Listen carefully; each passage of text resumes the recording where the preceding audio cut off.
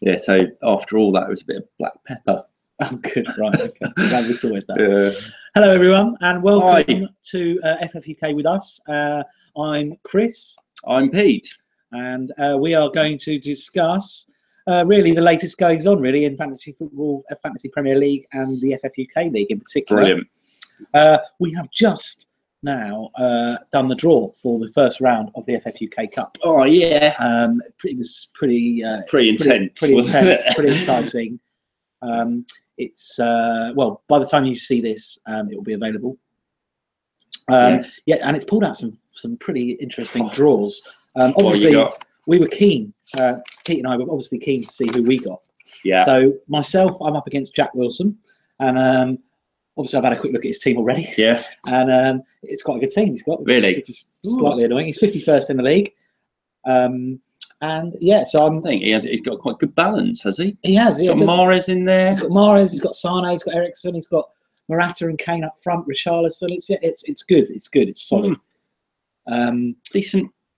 He's already done 2 transfers this week. So anyway, it's not all about me and Jack. Obviously, there's 32 ties. Bearing in mind it doesn't start till December as well. And that's the other thing. These ties don't actually kick off for a couple of weeks. So I'll be honest, I won't be checking Jack's team too often in the next couple of weeks.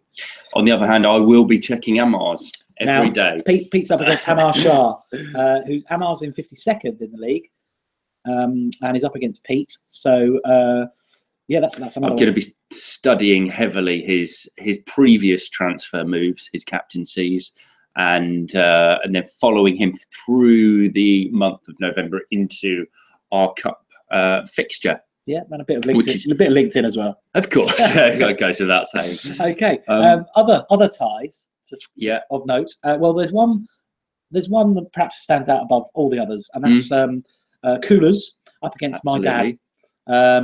And Coolers is 4th in the league. My dad's also doing well at the moment as well. Yeah.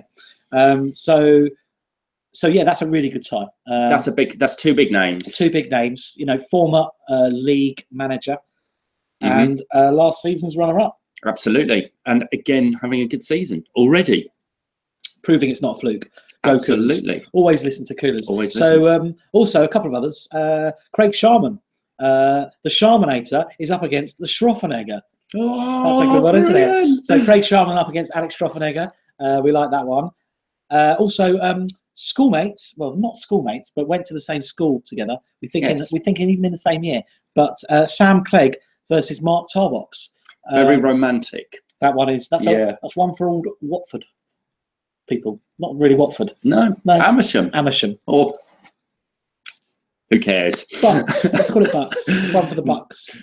I think one of them lives in Bucks, so that's a start. Yeah, excellent. Also, another one, Alistair McNeil up against James Amar.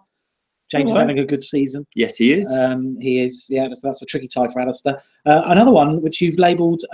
You can say what you've labelled it afterwards. Vladimir Voronkos versus Stan Maniac. Oh, the psychopath tie. That's the psychopath tie. Stan Maniac against Vlad the Impaler. Okay, that's a nice one for the. Who will murder who? Absolutely, yes. Danny Burgess up against Grant. Grant's another one having a very good season in 17th in the league. And then we've got our league leader, Jamie. Jamie's got a tie up against David Pegg, and David is down in 102nd. Wow. David Pegg was definitely in the top 10 for most of last season. I don't think he finished there. So he's a decent player. He's got.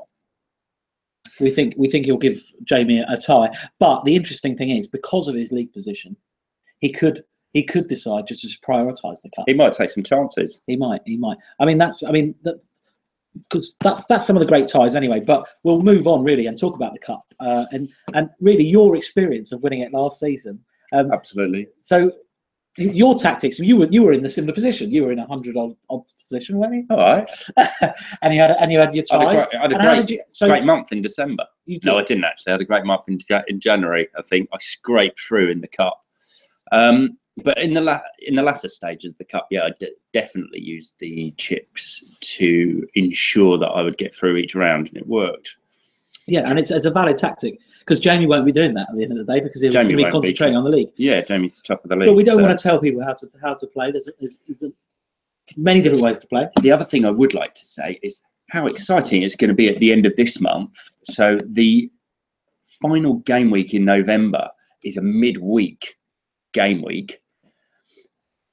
So we've got weekend, midweek, then December starts, and then those fixtures start. So those first fixtures of December are going to be carnage with rotation, because we're just not going to know who's going to be sitting out. No, and then in terms of the Challenge Cup, that's going to turn around really quickly as well, isn't it? Because those ties will be finishing on the Wednesday night. Correct. And then they'll be starting again on the Saturday with the next round, making sure that the next round's all confirmed. I probably won't do a cup date in that small window. No, but I will update the fixtures. Yeah, you'll update the website, and we'll obviously let so those fixtures will be done in time. Okay. So that's the cup, I think. We've done the cups there, have we? For now? I mean, we're going to come back to them, obviously, because they're going to be going on throughout the season. Absolutely. Let's move on, and let's talk about the FFUK season so far. Okay. Fantasy season so far. And the first question is really, what's different this season? What's different this season? Are you asking me? I'm asking you. Right, okay. So for me, the points seem to be spread around a lot more around the big hitters. So we've got the likes of Ericsson, even Mahrez, the City players, all the Liverpool mids. There was Pogba and Mkhitaryan at the start of the season, and I'm only doing the midfielders. All these players brought in the points straight away. No need for differentials. It was all about just putting those players in your team correctly and just leaving them there. And the same goes with the attackers and the defenders to a lesser extent. So that you could have picked a sensible team game week one, left it and done okay at this stage, which is very unusual. So that's okay. Yeah, no, I think that's probably fair enough. Not saying it's been predictable, but it means it's a disadvantage for those who perhaps spend more time analysing and looking at all the data and everything. Absolutely. If you're saying that the big hitters are scoring well, do the big hitters not always do that though? No. I think this year the difference for me has been where those big hitters are. We've always had lots of big hitters in midfield. The difference this season, it feels like there's more choice up front. Absolutely. Well, when I say more choice, more expensive choice. There's very little at the sort of lower end of the scale. Absolutely. Tammy Abraham's popular, and then you've got to go right up to about 8.5 for Vardy and Firmino. And let's be honest, neither of them have really been great. So, which strikers have been any good apart from Abraham? And even he hasn't exactly. Out of those 10.5 or 10 million plus big hitters, Lacazette Tape is the only one who's failed. So we've had Morata, Jesus, Aguero, Kane, Lukaku, Aguero have all been worth their money. Yeah. From the word go. I mean, but at different times. Obviously, we know there's been some problems with all of them to a greater or lesser extent, but they've all been there or thereabouts. Whereas last season there was only really of those big guns. I suppose Costa started out, but Kane very really slow. Pick two. Lukaku slow. Yeah, but pick two, wasn't it, last season? And then with a third. Well, people were virtually everyone was playing a 3-5-2 last season. Certainly at this stage. By this point, yeah. So that just definitely feels. Look, I mean, we're going to talk about formations a little bit later on. Maybe we'll come back to that a little bit. But the next thing we're going to discuss is Manchester City, because I think they deserve discussing. We've all got at least one City player, I think, pretty much in our teams. If you haven't, then there's something wrong. Although you're doing something a bit maverick, maybe. There is also an argument to say that with Pep's rotation, but moreover, how good are City this season, do you think? Well, I'm trying to remain cynical. We've seen it before. And City did it last season, and they've done it for far longer this time around. Don't get me wrong. That they stormed it at the start, scored loads of goals, looked unbeatable, and then they sort of fluffed their lines a little bit after the 6th, 7th, 8th week of the season. They haven't done that. No, and they're about to be tested again, aren't they, with the influx of games we've got? So, but they do look pretty good. They do look pretty damn good, and it's and I've said it before this season, and I'll say it again, that Ederson in goal has made such a massive amount of difference to them, because that was their issue last season. Yeah, one was of their issues, conceding. Definitely. Yeah, I mean, at one point I think Bravo had conceded. I mean, imagine Liverpool with a defence and a goalkeeper. Yeah, it'd be amazing. Well, amazing for Liverpool. But and you say that. I mean, so Stones has looked better this season. He was very wobbly. Looked better as well. Otamendi's and they've also better. sorted out their fullbacks, because they had correct old fullbacks last season. Okay, they've been unlucky with the Mendy injury, but they've been. I mean, Walker's been looks good. so solid. He's even turned Delph into a left back, so yeah, pretty amazing. But actually, all of the stuff about the defence is kind of not what we should be talking about, because really, it's going forward that they're. But you need a defence to win a league. Absolutely, which is why Klopp really should. And to be able to control the game. I mean, to control the game to the extent that they are. You know, because they will have games where they can't score 2, 3, 4, 5, 6 goals. So a 2-1, could easily swing to a 2-2 for them last season. This season, it's swinging to 5-1. Yeah, I mean, I do think they will regress a little bit, but at the moment, they're you've got to try and get in on however you can. Obviously, then the issues arise with rotation, and so actually he hasn't actually rotated quite as much as we thought he would. So my tactic at the moment, so Otamendi is the most nailed of the defenders, and I think he will pick up attacking points and clean sheets throughout the season. So I've got him. I've got David Silva, who I'd like to move to Sané or Sterling, debatably. And then I've got Aguero, who I know is going to sit out some matches. And I'm going to, until I get enough spare transfers to change the midfielders, that's what I'm going to roll with. They're all pretty nailed, those three: Silva, Otamendi, and Aguero. See, I'm thinking I'm different. It's low risk. I'm going to hold on to Otamendi and Sané for sure. But I am going to get rid of Aguero, I think, in the next couple of weeks, because I can't be having an 11.7. And then are you going to bring in Silva or Sterling, or possibly down the line I might look to do that? But I'll try and do it when I think City are going to have a couple of maybe leaner weeks where either fixture congestion and rotation is going to kick in a bit, and I think then that's the time to do it. It's who I bring in. I think I want Morata back. I want Morata back, but I think I also want Lukaku back. But anyway, these are all we're morphing into other subjects now. So we've discussed City. Next discussion is new managers. And that's obviously we've hit the sort of time of the season where certain clubs have started to panic and they've sacked their managers. So we've got a few. How many have we got? Who have we got in the league? We've got Puel at Southampton. Sorry, he was at Southampton. He's now at Leicester. Yeah, it's like the most boring manager signing. The thing is, though, he has won stuff. He has got a good record before he came here, and actually he took Southampton to 8th.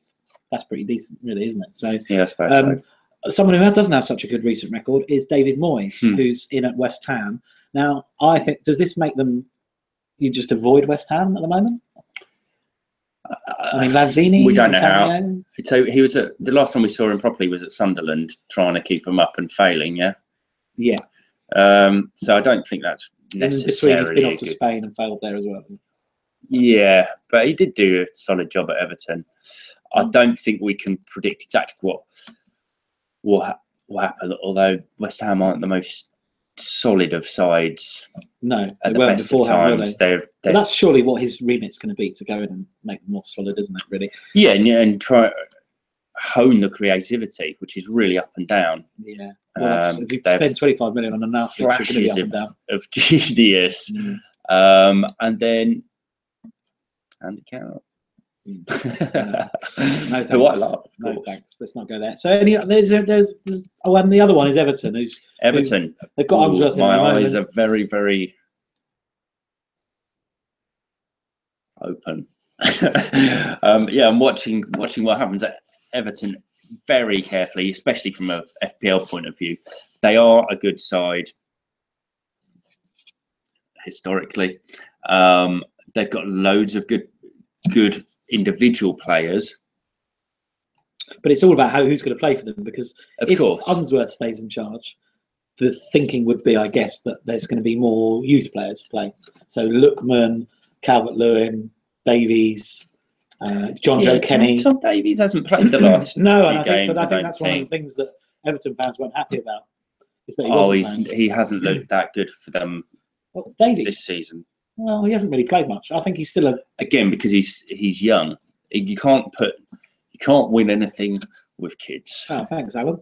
Okay, so I mean, I don't think it's certainly not with those kids. They're not really major. The Puel one at Leicester, perhaps he's going to make them a little bit more solid. So you might look at Maguire or Simpson or even a Schmeichel or something, but they're not major. I mean, they've not changed the landscape, have they, too much? No, it's completely pointless. Okay. As far as I'm concerned. I don't know why we talked about it then. But yeah, waste of. Whose idea was it? Yeah, I don't know. Okay, next question. This one's definitely worth talking about. Okay. We talked about it before. We'll talk about it again. Good. Harry, FFUKing Kane. Harry fucking. Oh, I see what. Yes. Sorry. Harry Kane. Just reading. What's the latest thinking? What is the latest thinking? My latest thinking from across the board to do with fantasy football is wait for something to happen so that I understand what to do. That's my current tack. So you're waiting for inspiration? Yeah, I'm waiting for some big injury, something to happen so that suddenly I know what to do. That probably won't happen, of course. So I'll just get another Burnley defender and hope for the best. Okay, so your Kane thing is just relying on your Burnley defence. So, Kane is, we're so quickly after him being essential about 2 or 3 weeks ago. Again, he's unnecessary. We don't need him because he's actually only scored on 2 or 3 occasions this season. 3 times he scored twice or something. Yeah, he hasn't scored a single goal at all. No, and he hasn't scored at home. And he hasn't scored a hat trick. No, and he hasn't scored at home much. And he only scored at home against Liverpool. That's right. So he's got 3 And the braces. other thing with him is, in the games where you want to captain him, i.e. they're at home to a poor side. Don't worry about it too much, Pete. I will. But in the games where you want to captain him, he's blanked. And actually, Spurs seem to struggle a bit at home to teams that they should be, who set up defensively against them. Which is what a lot of people predicted, was that these smaller teams would raise their games for Wembley as well. Also play defensively, because if you go in and play Spurs, you're not going to go and attack them, probably. And especially on a massive pitch, unless you're a team like that think they can take them on. Not a massive pitch, but a big pitch, big stadium. Yeah. So it's really cloudy at the moment. I think it was at the beginning of the season. I was convinced he was essential. The first 3 games of the season, he got a lot of shots in, but he wasn't scoring. So I removed him. 2 weeks later, he's the hottest striker in the world, and I have to bring him back in again. Mm-hmm. I then removed him when he got injured, and have then brought him back in again. So I've basically spent this whole season transferring him out, transferring him in. So when Tim said it's all about Harry Kane, it kind of feels like it is at the moment. I would like him to either score a hat-trick this weekend, or do nothing and look really rubbish, and then I'll just maybe he's 1 step closer to the door. But because he is that. So they're Arsenal early kickoff. Mind you, he doesn't mind an early kickoff. Harry Kane. And he loves. He's better in the games where teams give him space. That seems to be what it is. He's not going to get any space against Burnley. He's not going to get any space against any team down the bottom, because they're just going to sit back and not allow him. Whereas against Arsenal, against Chelsea, even against even good defensive sides, if they're attacking more, he's going to get more space. So it makes it really tricky for the captaincy, because obviously this weekend he's got Arsenal. Surely, normally you wouldn't look at that as a captaincy option, but I think at the moment I am, because Aguero's got a question mark over him. Lukaku, his Premier League form isn't amazing. Correct. Morata is an option. It always feels like a bit of a punt, but Morata, doesn't it? Is it more of a punt than we've got West Brom, Chelsea got West Brom away, I think. West Brom away rather than Arsenal. It's an easier fixture, isn't it? West Brom. West Brom have got injuries. Yeah, I don't know why it feels so risky to captain Morata. I've seen a couple of people do it and it paid off this season. I've captained him once. I've seen a couple of people captain Hazard and pay off as well, actually. Yeah. Well, he's the other one, but he's a midfielder. At the moment, I seem to spend all my time transferring it out my forwards. So until I've got what I want there, which I had 2 weeks ago, I'd like to make known. My Kane. I don't know. I don't understand why you brought Aguero in and were then surprised that he's a rotation risk. I don't know. It was. I was getting fed up with Lukaku actually because. Well, I had Jesus. Yeah. So I've taken Jesus out and put Aguero in and said, right, I'm sticking with him. First week I put Aguero in, didn't play. Yeah, well, that's the risk. That is the risk, and there is definitely an argument for saying no Aguero, no Jesus. I just think if we're without them again, especially if they carry on scoring 4 or 5 goals a match. But if they do, then Sane, Sterling, Silva are all going to be in the points. Doesn't work like that though. No, you're not going to watch Aguero get a brace and have but who's to say Harry Kane and assist. Morata aren't going to be scoring goals at the same time? Well, that's the whole point, is that they need to be. Whereas if City continue scoring in this vein, they will be more. Which is what we've done. We've all loaded up on City, and then it's the sort of wheels are starting to look a little bit shaky, haven't they? When obviously with the Aguero thing and everything. Okay, it's just about picking the right ones at the right time. I'm sure the next video we do, Kane will come up. It's just Kane and Aguero feel like they're every week you're talking about them. And there's a reason for that. They are probably the best two players in the league, or 2 strikers in the league anyway. So, okay. Couple more quick questions. Exciting. But yeah, not long to go now, guys. Don't worry. Formations. So we've had a conversation about this briefly before in one of the Meet the FFUKers, and I guess the consensus was then we were talking about 4-3-3 as an option, and it hadn't really been up to that point. We'd had 3-5-2 and we'd had 3-4-3, but 4-3-3 definitely was more of an option, and we were all talking about using it. And I've used it quite a few weeks now. And it hasn't been disastrous. I mean, I wouldn't say it's the future. So what's the latest? As far as I'm concerned, the latest is still anything goes. I see a lot of 3-5-2s that are working. Personally, I want to get back to a 3-4-3. I just can't get my head around playing a different formation. I've done 4-3-3 for most of the season up until now, and I've sort of done okay, but nothing spectacular. Hasn't really worked for me. I will feel better knowing that I've got a cheap 4th mid, a cheap 3rd striker, and 3 okay defenders and 2 cheap defenders on the bench, and that's the way I've always played, and I feel it works. I suppose the other thing with that is if you do go with 2 up front, the 4-4-2 is going to come into play as well as the 3-5-2, because there are options in defence this season, certainly at the cheap end of the market. You know, you might have an easy Burnley fixture where you think I want to play your Burnley double or whatever up. So. Yeah, I mean, I'm actually about to put my 3rd Burnley defensive player in, but I'm well aware that as soon as they're not an option, which could happen very easily. Well, what about Sean Dyche goes to Everton? Exactly. Yeah, I think he's the favourite.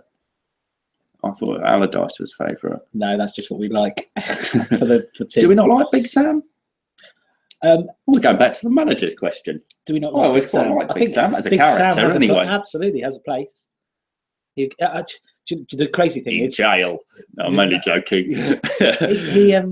If you've got a team that are struggling, he's absolutely the man to get. But he will not play sexy exciting football. I mean, to be fair, with those players, he's probably quite a good option. Well, it just doesn't have. No one's going to be able to get them to play sexy football. They've got the Rooney problem. So until they get rid of him. Dark. Yes. Okay. So I mean, the formations thing I think is interesting, and I think we'll come back to it throughout the season because it does feel a bit different this season. Last season there was a lot of experimentation, which ended up being all the teams doing well were on 3-4-3 by the end of the season.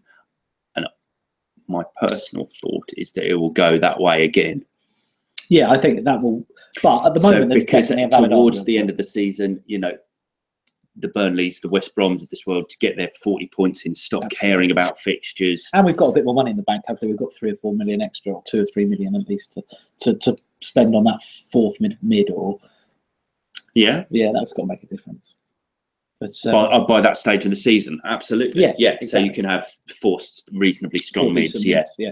Okay, so we're pretty much at the end, really. That's a shame. No, but no, it's been good, Pete. It's been good to chew the fat. Yeah, the FFUK it's fat. been too long. So we'll do it again soon, and we'll try and get a meet the FFUKers in. before or around Christmas as well. Oh, that'd be good. If we could all wear. I think we'll have to do a Christmas one. Reindeer. Didn't we do one on Boxing Day? Horns. I think we did. But anyway, no, we'll try and do something else. I think we did. And obviously, get in touch if you want to take part in a video, or you want to write a review, or write an article on the website, or anything like that. We'd love to have you get involved. Anything, really. Anything, absolutely. We're always available. Yeah, that's it. So thanks very much for joining us. It's been a pleasure. Thank you for watching. Yeah, see you guys soon. Good luck for the weekend. Good luck, guys. Game week 12. Let's hope it's a big one. Indeed, yeah. Cheers.